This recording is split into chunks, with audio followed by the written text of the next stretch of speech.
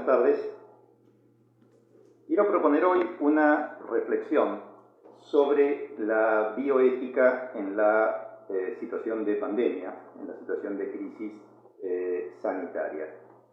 Ustedes saben que la bioética es una reflexión sistematizada, crítica, respecto de los conflictos morales que se pueden suscitar en el ejercicio de la práctica médica. La ética es tan antigua obviamente como la filosofía, es el estudio de la conducta humana, pero la bioética es una ciencia relativamente nueva, moderna, porque recién en la década del 70 del siglo pasado se establecieron principios básicos y fundamentales a partir de los cuales se puede realizar un discernimiento ético referido a los problemas de la práctica asistencial. Esos cuatro principios básicos son los que en este momento de crisis, en momentos de epidemias como la que estamos transitando, pueden ser puestos de alguna manera en suspenso o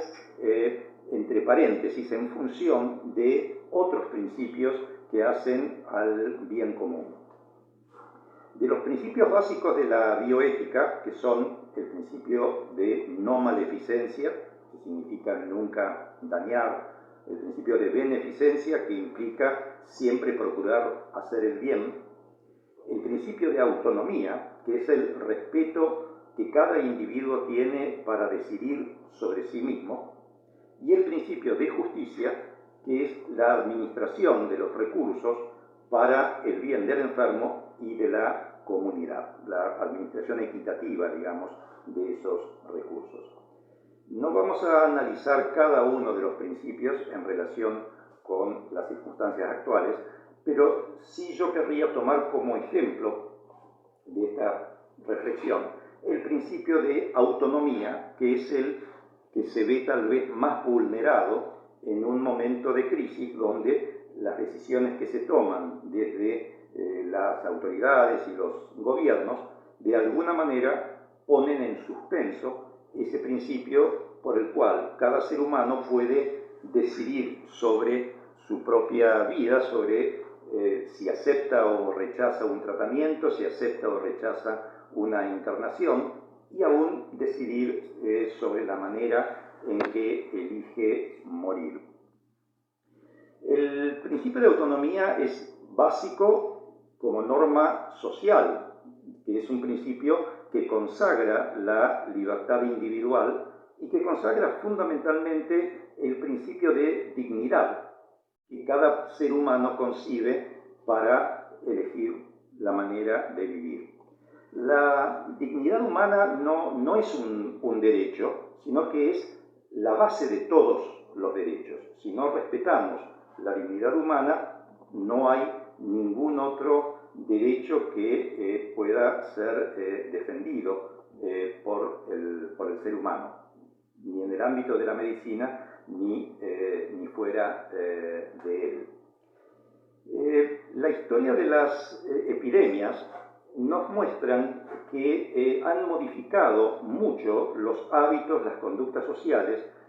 pero también han modificado los conceptos de normalidad y de normatividad social. Y sobre eso en particular yo querría que hagamos una reflexión sobre qué puede ocurrir tras una pandemia y las medidas sociales que se toman como consecuencia inmediata de este cambio social. Yo nací en una época de epidemia, o sea que de alguna manera en mi memoria emocional algo debe haber quedado grabado de esas circunstancias. Hasta fantaseo que mis primeras mamaderas deben haber sido de lavandina, porque en la época de la poliomielitis, la parálisis infantil, generó en la población, sobre todo en las familias obviamente que tenían niños, un estado anímico, de angustia, de pánico,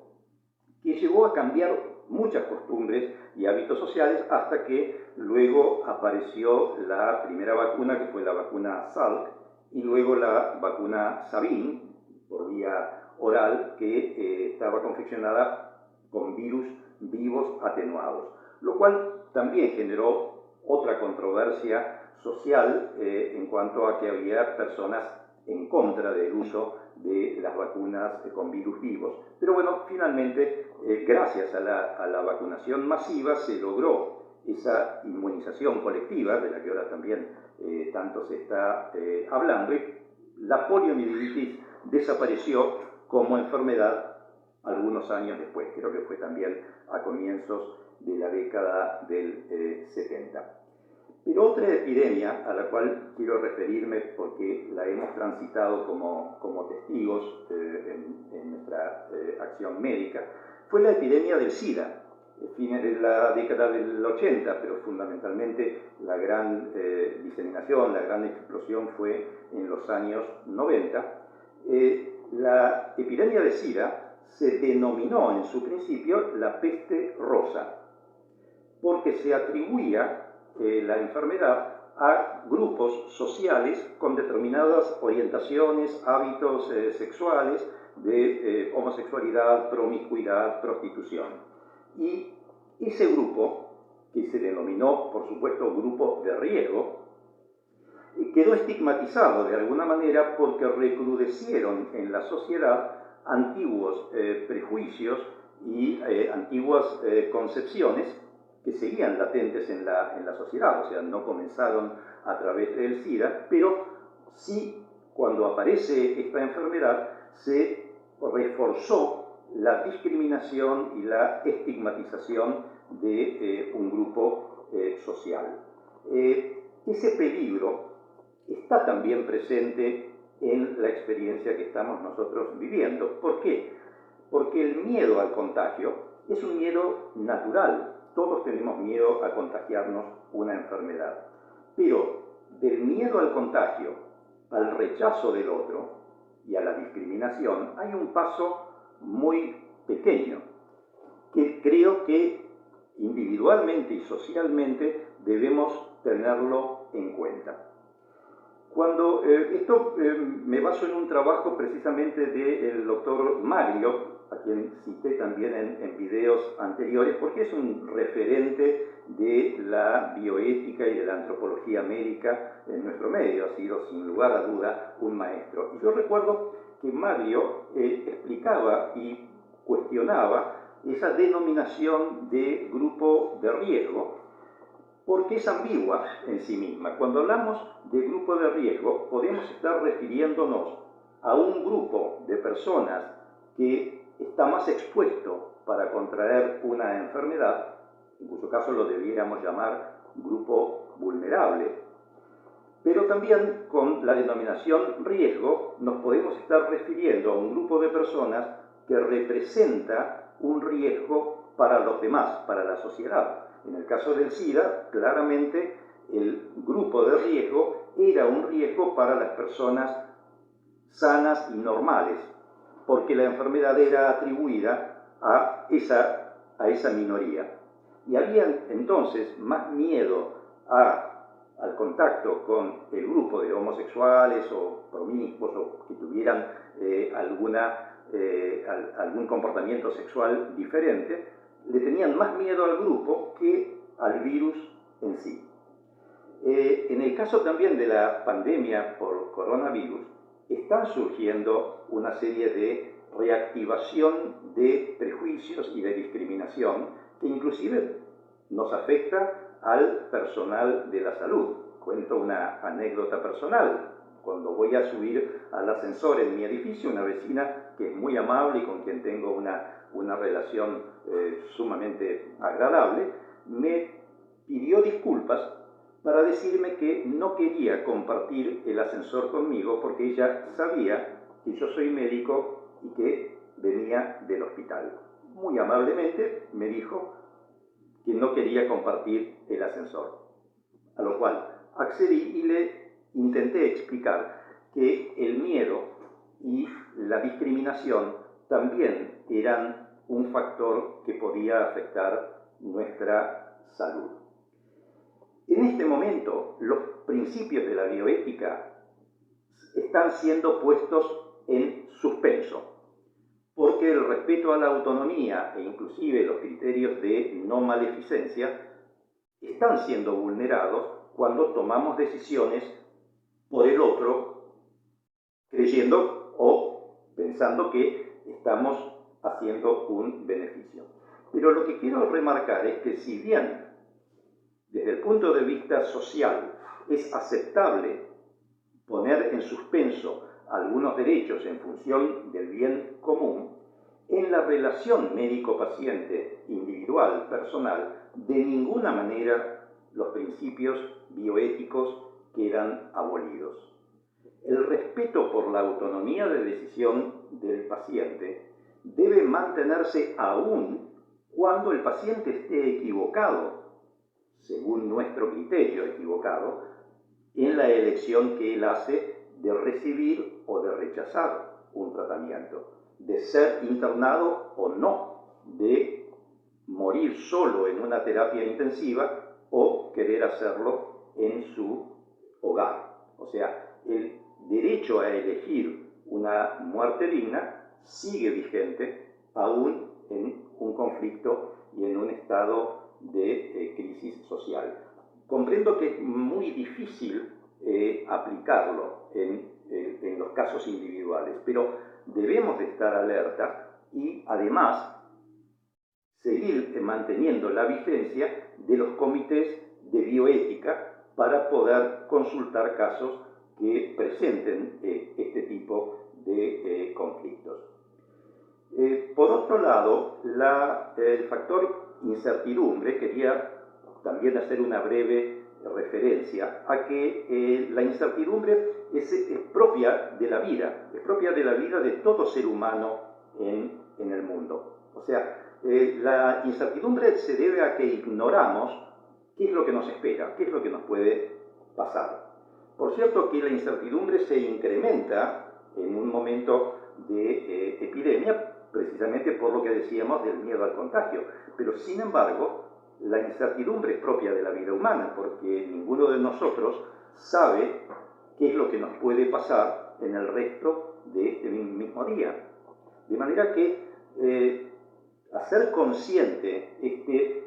sentimiento de incertidumbre nos permite tal vez desdramatizar una situación que parte de nuestra ignorancia respecto del futuro. Vamos a continuar con estos temas referidos a la bioética en situaciones de crisis, porque tengo la impresión de que el énfasis está puesto en este momento en un aspecto puramente biológico de la problemática a la que estamos expuestos y se deja de lado todo el daño que puede causar inclusive las medidas que son tomadas en nombre del bien común. Cuando uno quiere hacer un beneficio a una persona, pero de manera coercitiva, ya ese beneficio no se encuadra dentro de un parámetro ético. Y esto es difícil de aplicar y de aceptar en medicina porque aún todavía somos herederos de un paternalismo autoritario médico